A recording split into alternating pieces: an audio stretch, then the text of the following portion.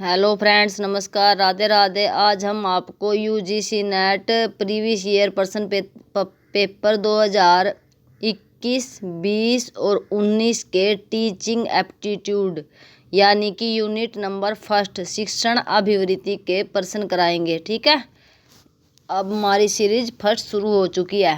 DI के और ICT के प्रश्न मैंने आपको ऑलरेडी करवा रखे हैं।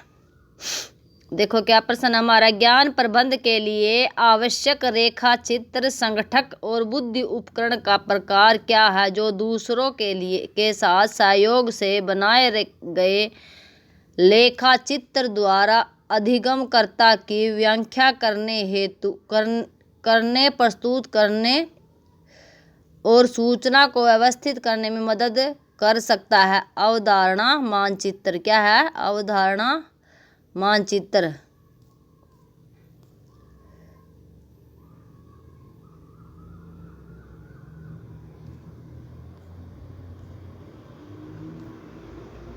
निम्नलिखित में से कौन से व्यक्ति अक्षमता का निर्माण करते हैं?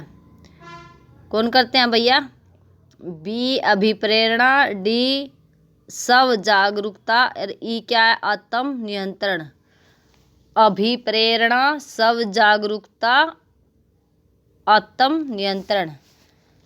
अभिप्रेरणा, स्व जागरूकता और आत्म नियंत्रण। याद रखना, इनको प्रश्नों को बार बार रिपीट होते हैं फर्स्ट पेपर के प्रश्न। दो कथन दिए गया। एक अधिगम संगठन में शिक्षकों का अधिगम, उनका पेशेवर विकास और बालकों के अधिगम और उनकी शिक्षा अपरिहार्य रूप से परस्पूरक और परस्पर पुनर्बलित करती है।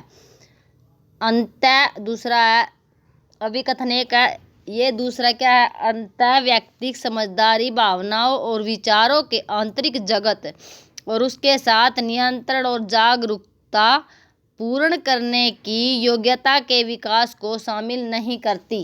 क्या कथन सही है?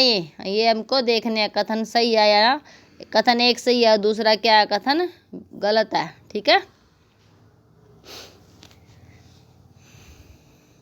ये नहीं करती है, विकास को शामिल करती है, ये नहीं करती है, इसी वजह से ये प्रश्न गलत है। जो 21 प्रश्न दिया हुआ था हमारा, मैंने ये करवाया था ये वाला ज्ञान प्रबंध वाला। अवधारणा मानचित्र क्या करता है? ज्ञान प्रबंध में लेखा चित्र संगठक और बुद्धि उपकरण का प्रकार क्या? अवधारणा मानचित्र था, तो इसका ये व्याख्या दी गई है। ज्ञान प्रबंध के लिए आवश्यक लेखा चित्र संगठक और बुद्धि उपकरण का प्रकार अवधारणा मानचित्रण है जो दूसरों के साथ सहयोग से बनाए गए लेखा चित्र द्वारा अधिगमकर्ता की व्याख्या करने, प्रस्तुत करने और सूचना को व्यवस्थित करने में मदद कर सकता है। ज्ञान प्रबंध ज्ञान का सबसे अच्छा उपयोग करके संगठनात्मक उद्देश्यों को प्राप्त करने के लिए एक बहु अनुशासित दृष्टिकोण को संदर्भित करता है। किसको? बहु अनुशासित दृष्टिकोण को। ज्ञान प्रबंधन ज्ञान प्राप्त करने, बनाने, साझा करने और उन्हें समर्थन करने वाली सांस्कृतिक और तकनीकी नींव जैसी प्रक्रियाओं पर केंद्रित है। ज्ञान प्रबंध के संगठन की रणनीति संरचनाओं प्रक्रियाओं की डिजाइन करने के लिए एक रूपरेखा है ताकि संगठन अपने ग्राहकों समुदायों के लिए आर्थिक और सामाजिक मूल्य बनाने के लिए जो कुछ भी सीखता है उनका प्रयोग कर सके। ज्ञान प्रबंध को नए कौशल, क्षमता, विशेषज्ञता बनाने और मौजूदा लोगों को विकसित करने, नए कौशल, क्षमता और विशेषज्ञ बनाने और मौजूदा लोगों को विकसित करने और उन्हें सुधारने, एक संगठन के सदस्यों द्वारा ज्ञान के उपयोग को साझा करने की प्रक्रिया के रूप में परिभाषित किया जा सकता है। ठीक है, एक सतत प्रक्रिया के रूप में ज्ञान प्रबंधन में रचनात्मक नवाचार और सीखना अनिवार्य नहीं है।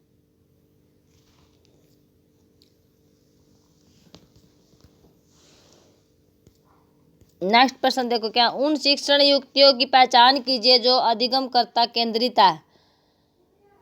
सहकारी अधिगम, प्रयोगशाला आधारित प्रोजेक्ट और जी युग्मित यानी कि इकट्ठे होकर पेयर सहभागी चर्चा, जिसको डिबेट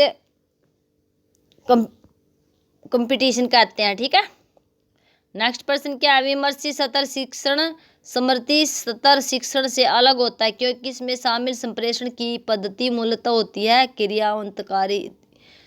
ठीक है, बार बार बदलने वाली।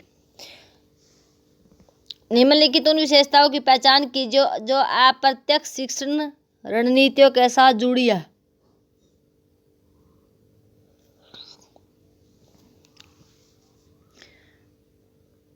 प्रश्नोत्तरी सत्रों के माध्यम से अवधारणा अर्जन पर बल, समस्या आधारित प्रस्तुतिकरण, सहभागितापूर्ण संयोगात्मक अभियानों पर बल दिया जाना। ठीक है,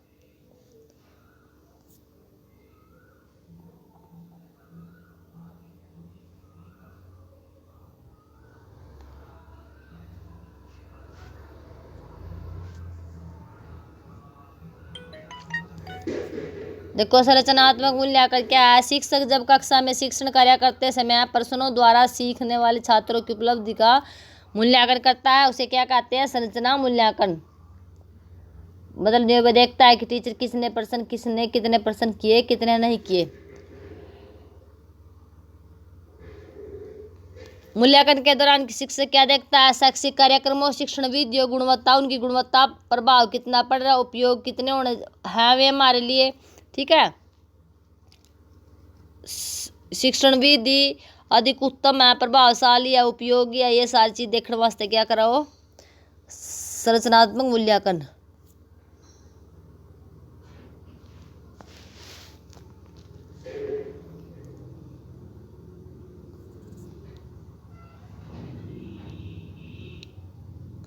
ये संरचनात्मक मूल्यांकन है, इसको आप अच्छी से पढ़ लेना। ठीक है, विद्यार्थियों का अकादमिक निष्पादन किससे निर्धारित है? किससे निर्धारित है? ए और बी। ए क्या? प्रज्ञा। बी क्या? अभिप्रेरणा। प्रज्ञा और अभिप्रेरणा।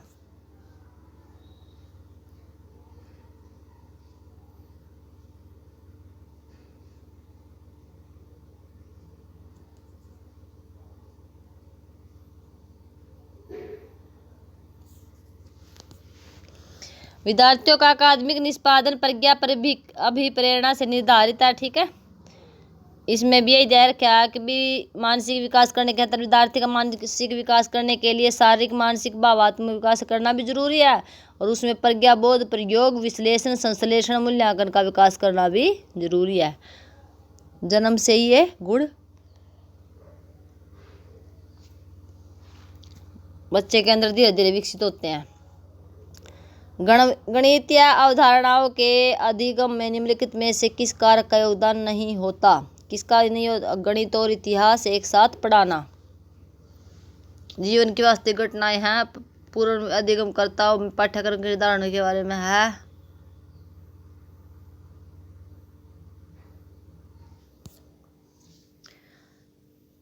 गणित अवधारणा के अधिगम में जीवन की वास्तविक घटनाओं पाठ्यक्रम के निर्धारण के पूर्व अधिगम कर्ताओं में विद्यमान गणितीय ज्ञान का मूल्यांकन, अवधारणा के प्रतिपादक गणितज्ञ के जीवन अनुभव का वर्णन।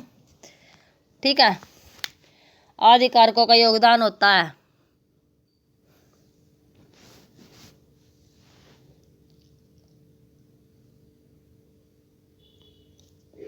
ये मैंने आपके लिए व्याख्या छोड़ रखी है, ये आप अच्छी से ध्यान से याद कर लेना। ठीक है, एक महाविद्यालय का शिक्षक अभिप्रेरक प्रतिभाग की गति को बढ़ावा देने के लिए प्रश्न पत्रिका 70 को अपमान तर्क है। यह मूल्यांकन के किस प्रकार के रूप में लिया जाता है? निर्माणात्मक मूल्यांकन, वाचन, वैकल्य व विचार। ठीक है, लेखन, परिकलन, HD। वाचन क्या हुआ? पठन में कठिनाई होना, और लेखन क्या हुआ? लिखने में कठिनाई, और परिकलन क्या? गणित के कार्य में कठिनाई, और ADHD हुआ ध्यान केंद्रित करने में कठिनाई।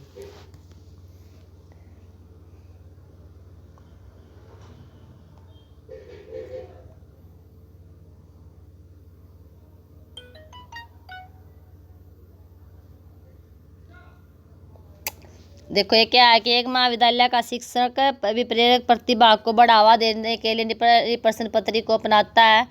निर्माणात्मक रचनात्मक मूल्यांकन जो बच्चे का निर्माण के लिए किया जाता है। योगात्मक संकलन अंतिम मूल्यांकन बाद में किया जाता है। पढ़ाने के बाद निदानात्मक मूल्यांकन जो कमजोर बालक होते हैं उनको देखने के लिए किया जाता है। इनमें से उस संवाद की पहचान की जो दस्तावेज के साक्ष्य रूप में नहीं है। लिखित संवाद।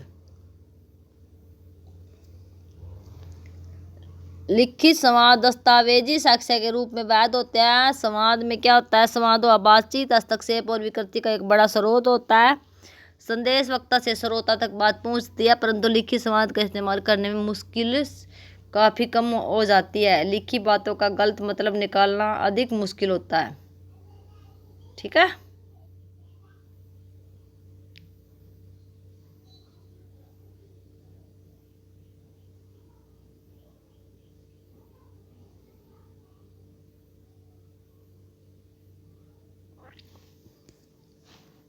ठीक है, वॉचिंग दिस वीडियो। थैंक